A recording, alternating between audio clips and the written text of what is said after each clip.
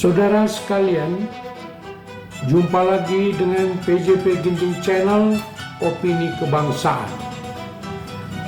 Tema yang kita bahas kali ini adalah prediksi politik Indonesia 5 tahun ke depan. Saudara, kali ini kita akan memantau dan menganalisis secara mendalam tentang perubahan besar di pentas politik Indonesia. Dalam beberapa tahun terakhir, politik Indonesia telah mengalami berbagai dinamika yang signifikan. Dengan berakhirnya masa jabatan Presiden Joko Widodo pada tahun 2024, masa depan politik Indonesia tampaknya akan menghadapi banyak tantangan dan perubahan. Berikut adalah beberapa prediksi mengenai arah politik Indonesia dalam 5 tahun ke depan. 1. Perubahan kepemimpinan dan kebijakan. Dengan berakhirnya masa jabatan Jokowi, Indonesia akan menyaksikan perubahan kepemimpinan yang signifikan. Prabowo Subianto yang pada saat ini telah memenangkan pemilihan presiden mungkin akan menerapkan kebijakan yang berbeda dari pendahulunya.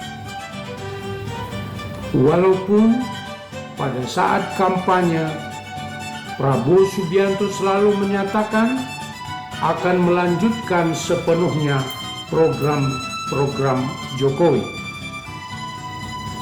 Salah satu aspek yang akan menjadi perhatian utama adalah bagaimana Prabowo akan menangani proyek-proyek besar warisan Jokowi seperti proyek IKN, program food estate, dan proyek kereta api cepat Bandung-Surabaya.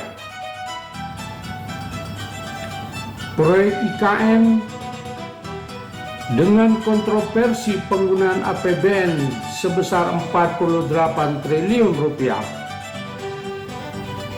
Prabowo mungkin akan mengevaluasi kembali kelanjutan proyek ini. Ada kemungkinan perubahan besar dalam model pendanaan dan manajemen proyek untuk memastikan transparansi dan efisiensi.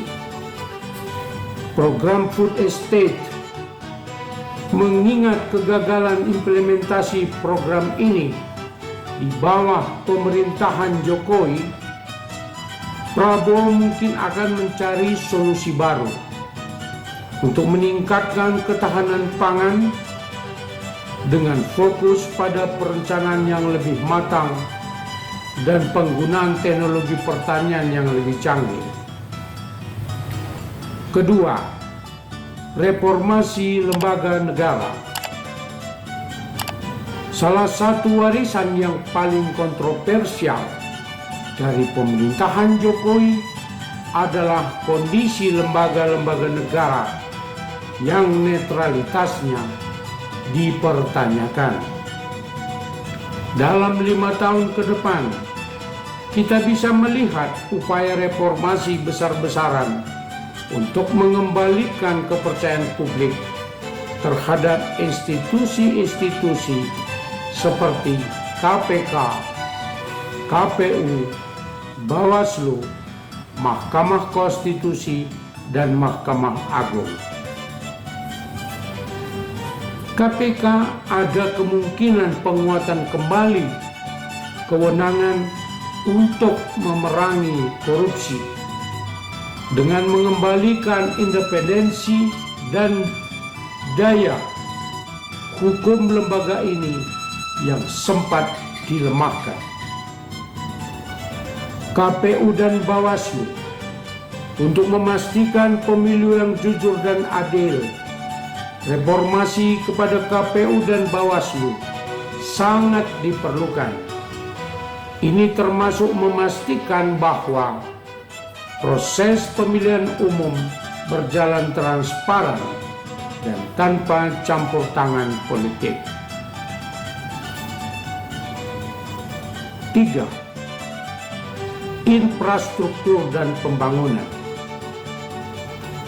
Pembangunan infrastruktur besar-besaran seperti jalan tol, kereta api cepat, tol laut dan tol udara akan terus menjadi fokus utama.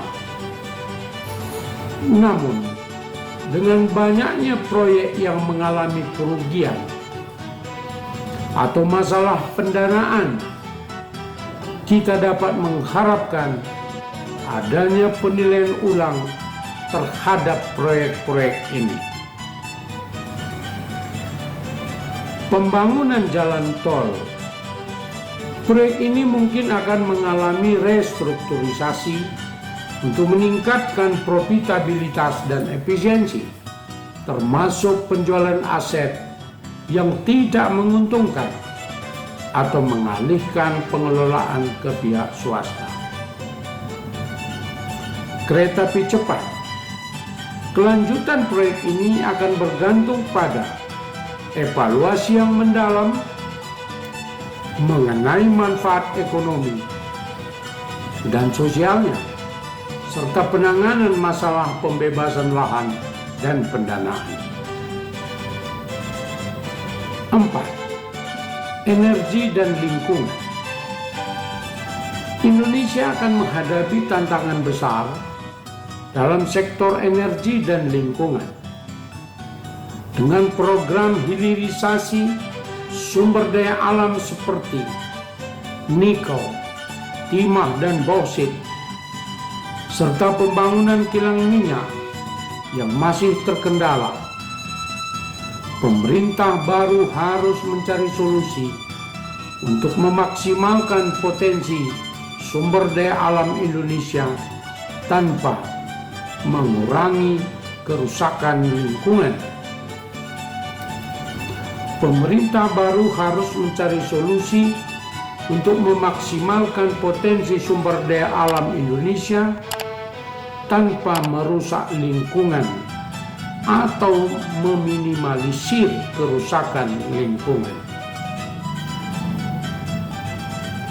Program hilirisasi. Prabowo mungkin akan fokus pada peningkatan nilai tambah ekspor mineral dengan cara yang lebih berkelanjutan, termasuk penerapan teknologi hijau dan peningkatan regulasi lingkungan. Pembangunan kilang minyak. Pemerintah perlu mencari model pendanaan yang lebih efisien dan mengatasi keterlambatan dalam pembangunan kilang minyak untuk mengurangi ketergantungan pada impor. 5. Teknologi dan inovasi. Dalam 5 tahun ke depan, Indonesia juga diharapkan akan lebih fokus pada teknologi dan inovasi. Program mobil listrik dan motor listrik yang diinisiasi oleh Jokowi akan terus didorong dengan peningkatan infrastruktur pengisian daya dan insentif untuk membuat kendaraan listrik lebih terjangkau bagi masyarakat luas. Mobil dan motor listrik. Pemerintah perlu mendorong investasi dalam infrastruktur pengisian daya dan memberikan insentif untuk pembelian kendaraan listrik, serta mendorong industri lokal untuk memproduksi komponen kendaraan listrik. Kesimpulan, masa depan politik Indonesia dalam 5 tahun ke depan penuh dengan tantangan dan peluang. Dengan perubahan kepemimpinan, reformasi lembaga negara, penilaian ulang proyek infrastruktur, dan fokus pada teknologi dan inovasi, kita bisa mengharapkan arah baru yang lebih baik bagi negara ini. Namun semua ini membutuhkan kepemimpinan yang kuat, transparan, dan berkomitmen untuk membawa perubahan positif bagi rakyat Indonesia. Hanya dengan begitu, Indonesia bisa mencapai potensi maksimalnya dan memastikan kesejahteraan bagi semua warganya. Saudara sekalian, demikian pandangan saya tentang prediksi politik Indonesia 5 tahun ke depan. Bagaimana pendapat Anda? Tuliskan di kolom komentar di bawah ini. Saudara sekalian, demikian kajian kita kali ini. Sampai jumpa di video berikutnya. Dan tetap pantau PJP Giting Channel untuk konten-konten menarik lainnya. Untuk membesarkan channel ini, jangan lupa untuk subscribe, like, komen, dan share, serta tekan lonceng notifikasi agar kami tetap dapat mengirimkan konten berikutnya. Terima kasih.